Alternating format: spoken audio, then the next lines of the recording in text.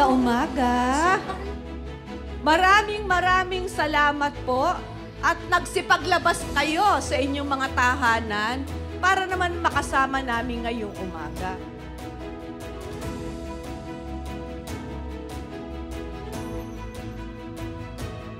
Napakaganda po ng programa natin ngayon, Kalinga sa Maynila. Dahil ito pong Kalinga sa Maynila, nagsimula po ito September 2022 at iniikot po ito sa buong Maynila. Binababa na po namin yung buong City Hall sa inyo para po hindi nyo na po kailangan pang pumunta doon. Maganda po kasi hindi ka na pupunta sa malayong lugar. Dito na lang po, tabi pa ng eskwelahan. Kundi talagang pagkapanalo pa lang po namin ni Mayor Hani Lacuna Pangan, binaba na kagad ang Kalinga sa Maynila. Maganda po ang panukala po niya, sa totoo lang. Maganda yung mga minumungkahi niya sa mga tao, lalo na sa mga matatandang may sakit.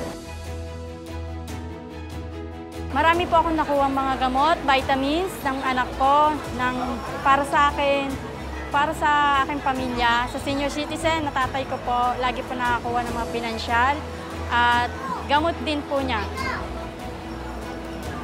At sa kanyang pong bigas na ibinigay ngayon, napakalaking tulong po para sa amin ito. Alam nyo, tinitingnan ko sa diksyonaryo ang ibig sabihin ng kalinga. Hindi lamang pagmamahal, kung hindi pag-provide pa o pagbigay ng mga tulong. Yan po ang pagmamahal ng ating mahal na Mayor Hani Lacuna Pangan. Marami po siya natulungan ng mga tao katulad namin at saka yung mga taong hindi naman sa mayayaman o sa mahihirap. Tumutulong po talaga siya. Maganda po para makatulong sa lahat ng mga may nararamdaman. Para yung nararamdaman ko may diabetes daw ako, ngayon ko lang nalaman. Iba ewan ko pa, magpapacheck up pa ako. Ang isang ina, mahal ang lahat ng kanyang mga anak, hindi papabayaan. Yan po ang Kalinga sa Maynila. Kaya naman po ang tanggapan ng lungsod ng Maynila ay ibinaba na po sa inyong lahat. Malaking tulong po sa amin ang 10 kilong bigas, lalo na po sa kalagayan po.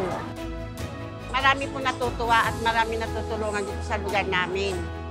Maraming salamat po, Mayor Hani Lacuna, dahil ikaw po ang nagbigay ng kalakasan ng loob sa amin na ikaw lang po ang nakakatulong po sa lahat ng mga mahihirap dito po sa amin, sa Pacon.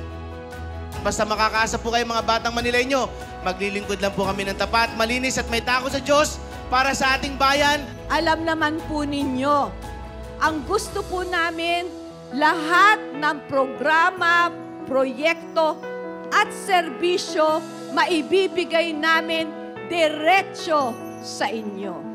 Yan po ang aming pasasalamat sa inyo pong pagtitiwala at suporta sa amin.